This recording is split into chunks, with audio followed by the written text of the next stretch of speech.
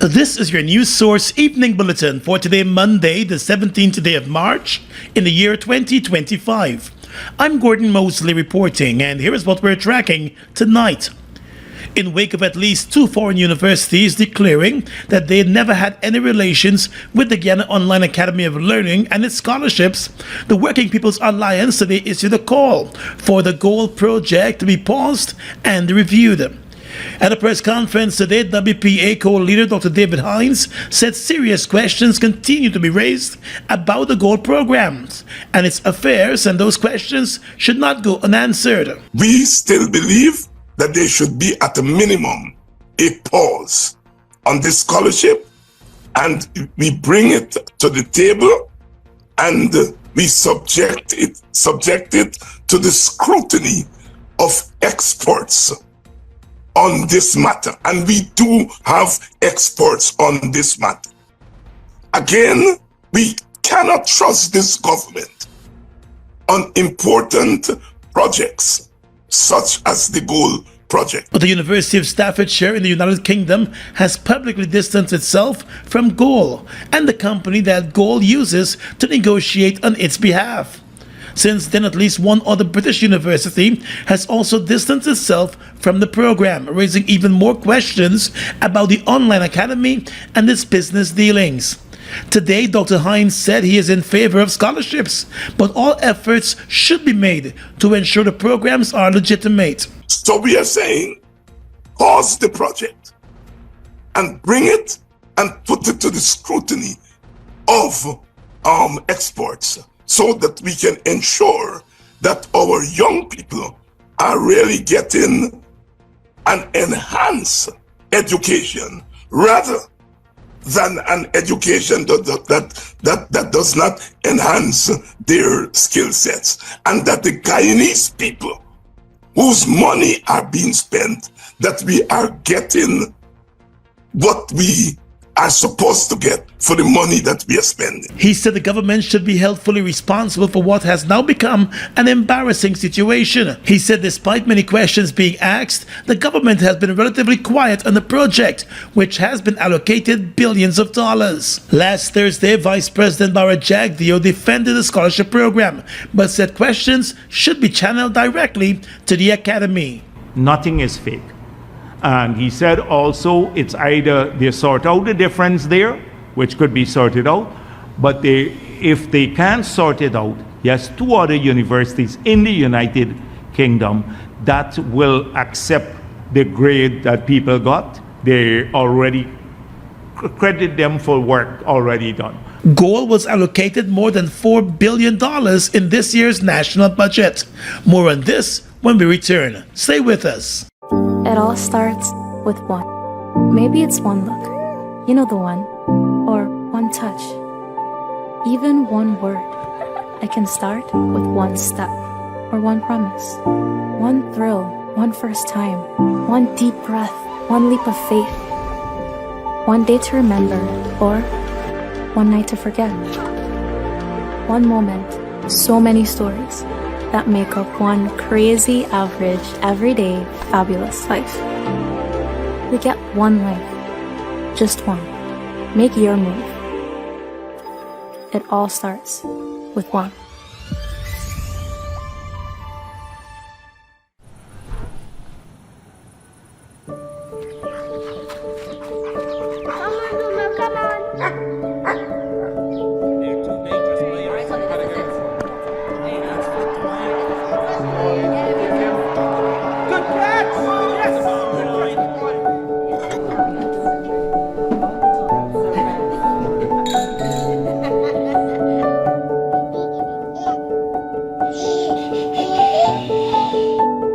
Your own home is so much more than just 4 walls, floors, and ceilings. It's a lifetime of great memories and stories. Come talk to us and start your journey home today.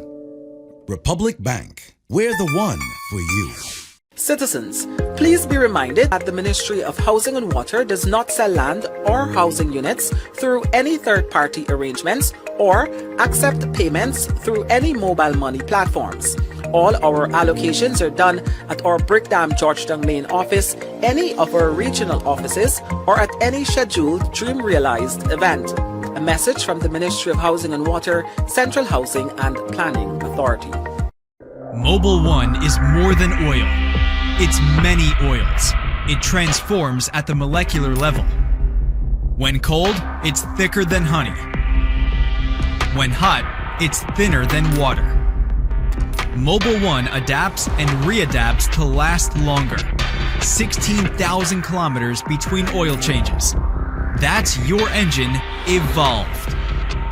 Sol Guyana is the authorized distributor of Mobil lubricants.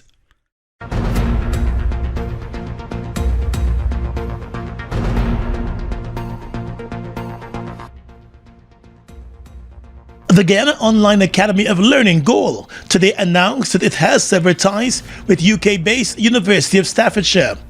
This comes days after the university said it never had any relationship with GOAL or the middle company GOAL has been using to facilitate the programs with the university.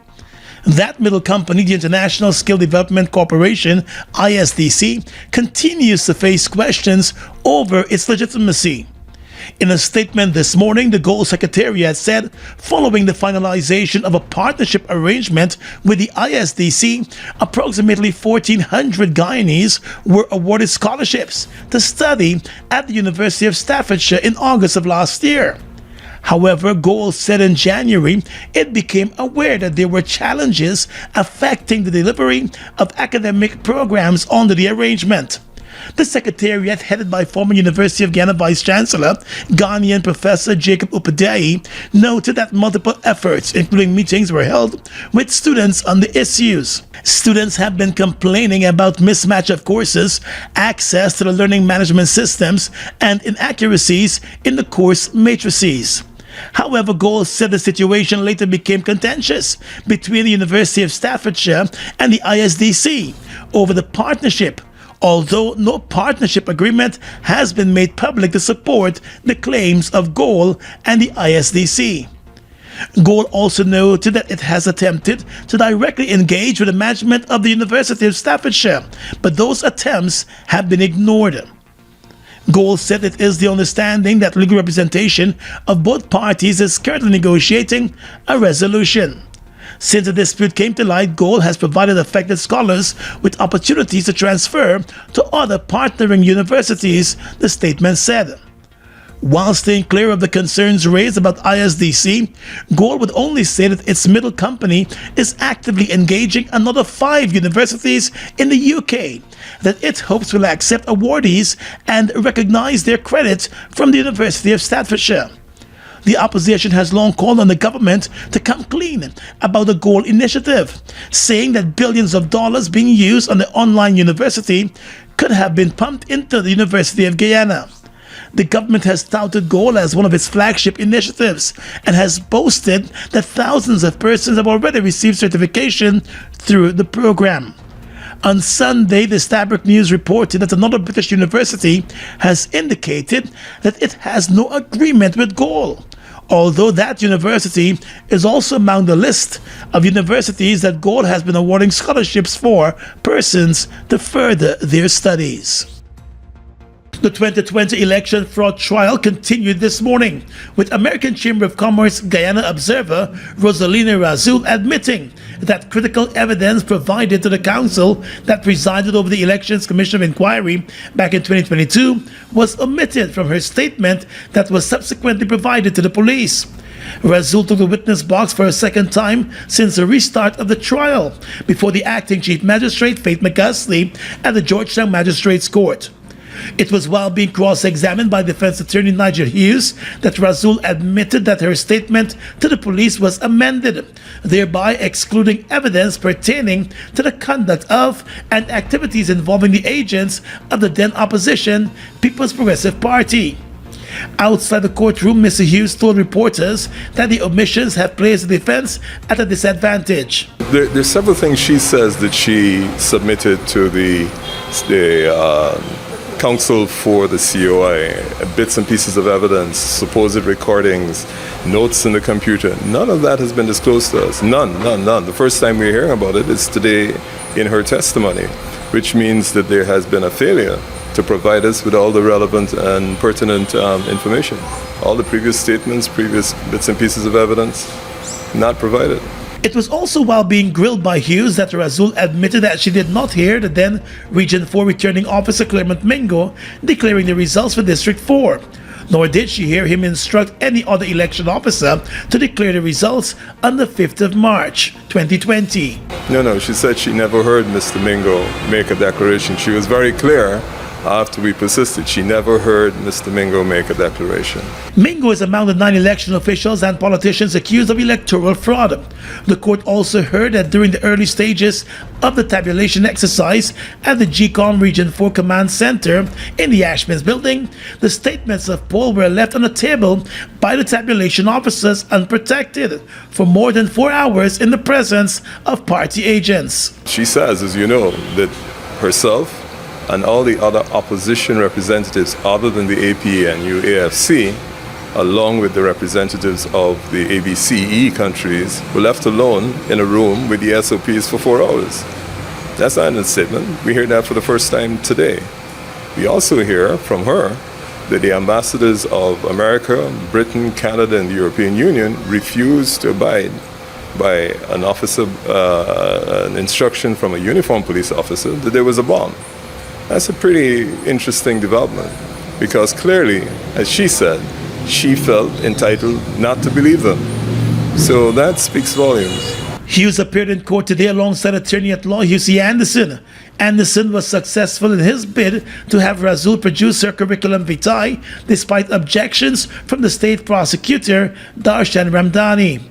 During her testimony, Razul stated that during the course of the last elections, the election officials on the ground abandoned the use of statements of poll and opted for a spreadsheet. She also testified that she witnessed numbers being called out by the GCOM staff that did not match the numbers on the corresponding documents that were in the possession of party agents, triggering loud protests. Acting Chief Justice Roxanne George is set to hand down her ruling in the house-to-house verification case on Friday the 28th of March. But ahead of that ruling, she grilled attorney-at-law Dexter Todd on the declarations being sought in the case, which was brought by PNC Reform Chief Election Scrutineer Carol Smith-Joseph. Smith-Joseph wants the High Court to direct the Elections Commission to conduct house-to-house verification of the addresses provided by registrants. She has therefore asked the court to declare that the National Registration Act requires not only the verification of the existence of addresses claimed, but also that the applicants live at or are connected to those addresses. But as the oral arguments commenced today in the High Court, the acting Chief Justice grilled Todd on the issue of residency. The acting Chief Justice has long established that under the Constitution, residency is not a requirement for Guyanese to vote in general elections, and she maintained that position today. Confronted with that, Mr. Todd argued that electors must register within their geographic location and ought to be connected to the addresses they provide. Those addresses, he stressed, must be verified, warning that failure to verify the addresses can corrupt the electoral system. But the acting Chief Justice stated that regardless of the addresses provided, once those persons are Guyanese by birth and 18 years or older, they are eligible to vote. She also said while the election has 2 components, general and regional, the Constitution makes it clear that residency is not a requirement for Guyanese to vote. But the attorney argued that in the absence of any real verification and in a system that allows registrants to provide addresses with vacant lots or unused dilapidated buildings, that leaves room for manipulation. Outside the courtroom, the attorney told reporters that verification is an important issue that must be addressed. So what is actually before the court is a not a simple, not a complex, but a vital question to be answered in relation to verification. Now, the applicant's contention is that the NRR When you register, that information goes into the NRR. That and the information from the NRR is then extracted depending on which elections you're dealing with, whether you're dealing with general elections, regional elections, etc. Now, what the contention is that GCOM has a responsibility to ensure that the information being inputted into the NRR is accurate. Meanwhile, inside the courtroom, the Attorney General Anil Nandlal said Todd's inability to clearly respond to the questions posed by the acting Chief Justice is an indication of the weakness of the case. He told the court that the issue of residency was adequately addressed in the house-to-house registration case back in 2019. Further, the Attorney General argued that while GCOM was mandated to verify the addresses of registrants in the past, the National Registration Act was amended following the last elections to bring it in conformity with the Constitution of Guyana. Mr. Nandlal warned against imposing a requirement that is not catered for in the Constitution. Counsel for the Elections Commission, Kurt De Silva, told the court that while the application is trying to undo the amendments to the National Registration Act, it is a fact that there are two separate elections, general and regional. And while residency is not a requirement for general elections, persons voting in the regional election ought to be residing in the geographical location to vote. He argued that a person can be constitutionally entitled to vote in the general elections, but constitutionally barred from voting in a specific regional election. While both elections are currently done simultaneously using a single list and a single ballot, De Silva hinted at the possibility of having several lists and ballots for the two elections. Regional Democratic Council presents Kukwani Mesh Weekend 2025. It kicks off on Saturday, 22nd March with Access Family and Soka Chuve Kukwani Edition.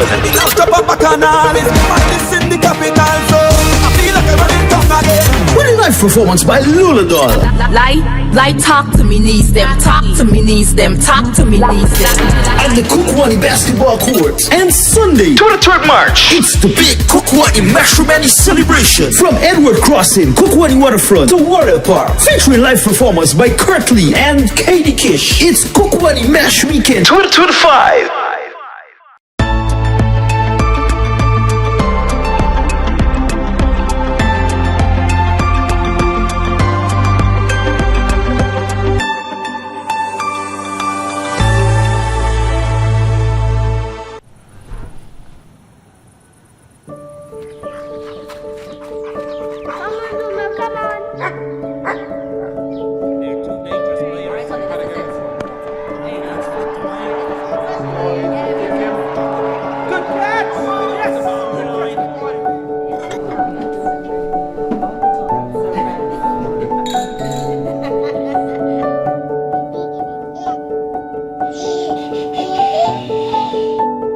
Your own home is so much more than just four walls, floors, and ceilings. It's a lifetime of great memories and stories. Come talk to us and start your journey home today.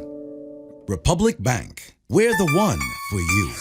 Ready to up your game? Ready to up your game? Win big with over 60 epic prizes. A brand new PS5, Nintendo Switch, iPhone 16 Pro Max, Apple smartwatch, and the hottest earbuds from Apple and Samsung. Plus, we are giving away thousands in phone credit and a whole year supply of Buster or Turbo Energy drink. Here's how. Buy any Buster or Turbo Energy drink, find the code starting with BB and enter online or on WhatsApp. Visit us on Facebook or Instagram at Turbo_Caribbean or Buster Guyana for all the details. Don't just play. Up your game with Buster and Turbo Energy.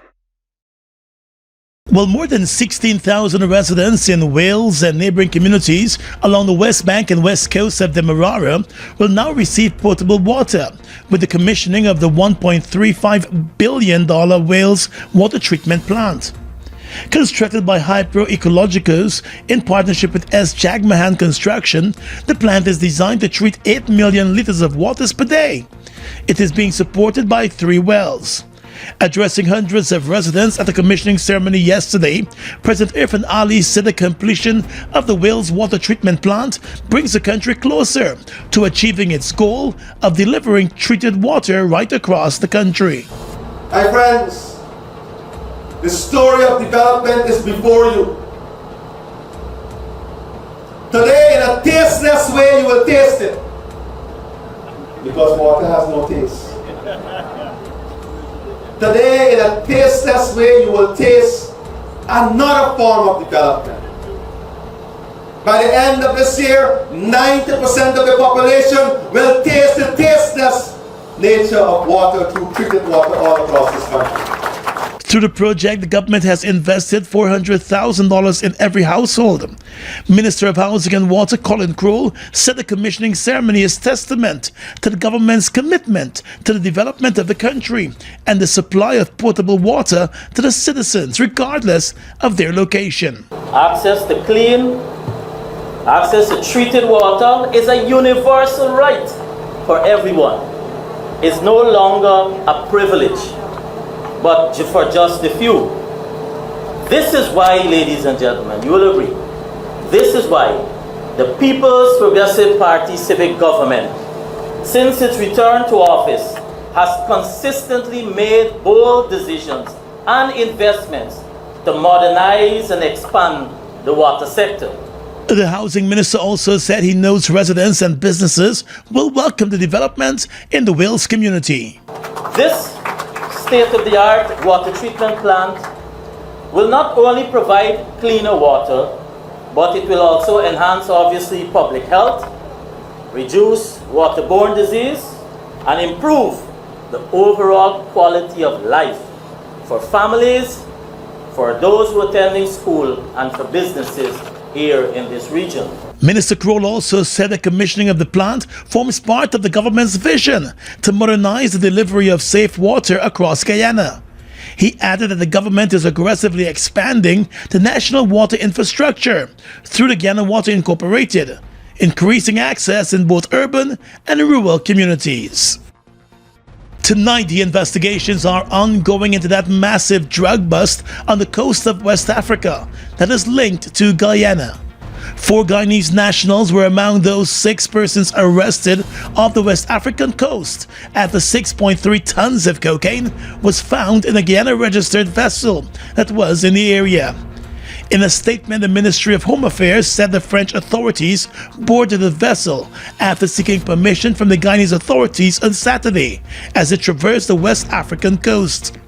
In the vessel, the French authorities discovered the 6.3 tons of cocaine packed in bales on the vessel. The 4 Guyanese nationals were arrested along with a national from Colombia and a national from the Dominican Republic. The head of KANU, James Singh, said the bust off the coast in West Africa is as a result of the agency's ongoing international collaboration with a number of other countries. The Guyana government on Sunday said it reaffirms its commitment to strengthening international cooperation in the fight against transnational organized crime, particularly narcotics trafficking. Last week, authorities in neighboring Trinidad and Tobago also announced a seizure of a large quantity of cocaine on board a vessel that had traveled there from Guyana and was heading to St. Martin. The vessel was reportedly in Trinidad and Tobago for almost 2 weeks before the cocaine bust was made. Let's tell you now that during a recent engagement with a visiting team from the International Monetary Fund, the IMF, the Private Sector Commission of Guyana drummed up the country's economic growth and told the visiting team that unemployment in Guyana is largely voluntary. Guyana's unemployment rate hovers around 12%, and with the growth of the economy and the oil and gas sector, many Guyanese have found themselves landing jobs in the sector and the spin-off industries. According to a statement from the Private Sector Commission, there is a necessity in the country for targeted training programs to equip the labor force with relevant skills. During the exchange with the IMF, the PSC reiterated its position that unemployment in Guyana is largely voluntary, given the abundance of economic activities that create opportunities and jobs for everyone. The Commission reported that labor costs in the private sector have increased by more than 60% over the past 4 years, and the Commission believes that reflects the country's rapid economic expansion and rising demand for skilled workers. The chairman of the Private Sector Commission, Kamal Singh, told the IMF that every economic sector in the country is experiencing growth, which has been driving an increasing demand for skilled labor. He pointed to existing mechanisms for job seekers, such as the Ministry of Labor's Job Bank and the Diaspora Unit at the Ministry of Foreign Affairs. Additionally, he underscored the government's efforts in improving the governance environment through legislative advancements such as arbitration laws and streamlining business operations via the single window platforms in trade and construction. However, the Private Sector Commission team underscored the need for regulatory reforms in the banking sector to better support the expansion and financial resilience of small and medium enterprises. While acknowledging that banks have made improvements to facilitate the ease of doing business, there is still room for further enhancement, the Private Sector Commission said. The International Monetary Fund, in its preliminary report following the Guyana visit, stated that Guyana's economic transformation is advancing at a strong pace, and that growth has been linked to the country's rapidly expanding oil and gas sector and advancements made in the non-oil sector. Police on the east coast of Demerara have arrested 2 suspects and the girlfriend of one of the suspects over the armed robbery of the LQ Chinese supermarket at Success on the east coast. The arrest of Cleveland Cross, Erwin Smith, and Shawana Sobers came hours after the robbery took place last Friday. According to a police report, the first suspect, Cleveland Cross, was arrested at his Plaisance home after the police visited the house and carried out a search based on a tip-off. The police said a search of the man's bedroom uncovered several cell phones, a laptop, and a black ski mask. The man reportedly admitted to the investigators that he and a group of persons carried out the robbery at the Chinese supermarket.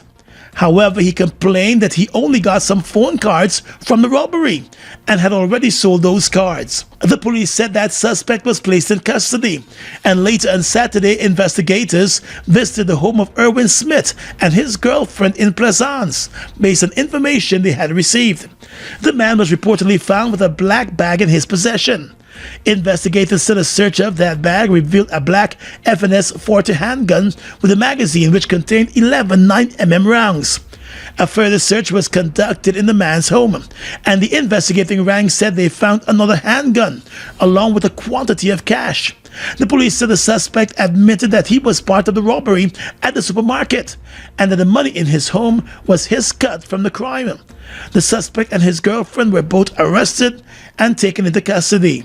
The entire robbery was caught on surveillance cameras. 4 armed suspects were seen barging into the supermarket and attacking the cashiers, the security guard, and customers before emptying the 2 cash registers. Customers were forced to lie underground as the robbery was carried out, and the security guard was forced to the back of the building. One of the suspects was later seen hitting a female cashier across the face and arm. Investigations are ongoing as the other 2 suspects are being sought. It all starts with one. Maybe it's one look, you know the one, or one touch, even one word. I can start with one step, or one promise, one thrill, one first time, one deep breath, one leap of faith, one day to remember, or one night to forget. One moment, so many stories that make up one crazy, average, everyday, fabulous life. We get one life, just one. Make your move. It all starts with one.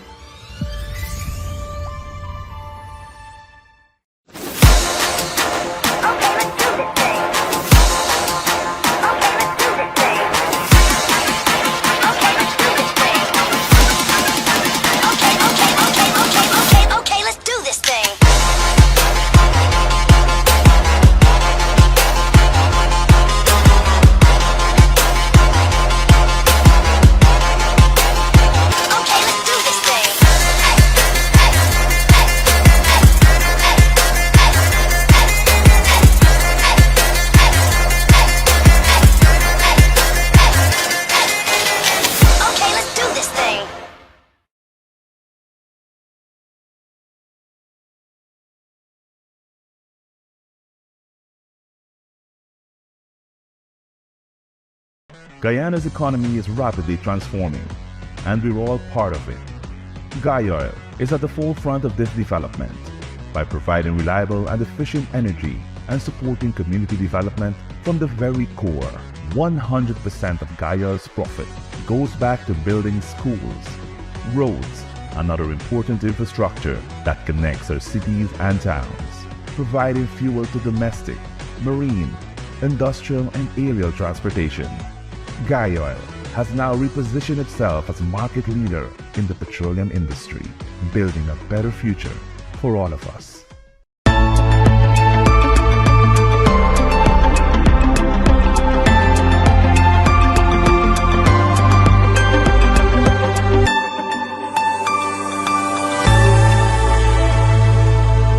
With your regional and international news tonight, I am Svetlana Marshall in the region. Antigua and Barbuda has formally requested clarification from the United States following reports that it is among 6 Caribbean countries placed on a yellow list of nations facing potential travel restrictions, according to CMC. In a diplomatic note sent to the U.S. State Department on Saturday, the Antigua and Barbuda Embassy in the U.S. expressed deep concern over a March 15 article in the New York Times, which suggested that the country was among 22 nations which would be given 60 days to address unspecified perceived deficiencies or risk facing travel restrictions. According to the newspaper article, a proposal developed by U.S. diplomatic and security officials would see Antigua and Barbuda and 5 other Caribbean nations on that list based on concerns that could include inadequate security practices for issuing passports, insufficient information sharing on travelers, or selling of citizenship to people from banned countries. The other Caribbean states that would be affected are Cuba, Haiti, Dominica, St. Kitts and Nevis, and St. Lucia. Premier of Nevis, Mark Brantley, believes that the Caribbean, through CARICOM, should adopt a more measured and collective approach in responding to the Trump administration's policies. In a statement posted on his Facebook page on Sunday, Brantley emphasized the need for a thoughtful, flexible diplomatic strategy in the face of rapidly shifting global and hemispheric dynamics. He said, and I quote, "Our region needs a well thought out and well crafted diplomatic strategy, which must be flexible enough to allow us to plan for and respond to a rapidly changing hemispheric and global environment." End of quote. Caribbean leaders have recently voiced concerns over the Trump administration's plans to impose visa restriction on countries benefiting from Cuba's medical missions. The U.S. government claims that these nations are contributing to Cuba's alleged exploitation of medical personnel. The leaders are also responding to the threat of visa restrictions related to issues such as passport security, failure to share traveler information with the U.S., and the sale of citizenship to individuals from banned countries. And finally tonight, international news. Yemen's Houthi rebels say there have been fresh U.S. strikes against them, with the number of dead rising to 53, including 5 children, according to the BBC. 2 areas were hit early on Monday, according to the rebel group, while the U.S. Central Command said its forces had continued operations. The U.S. launched what it called a decisive and powerful wave of airstrikes on Houthi targets on Saturday as part of efforts to stop Houthi attacks on shipping in the Red Sea. Washington says some key Houthi figures are among the dead, but the group has not confirmed this. The Houthi leader said his militants would target U.S. ships in the Red Sea as long as the U.S. continued its attacks on Yemen. And that's your News Source Evening Bulletin for tonight. I'm Svetlana Marshall, wishing you a pleasant evening.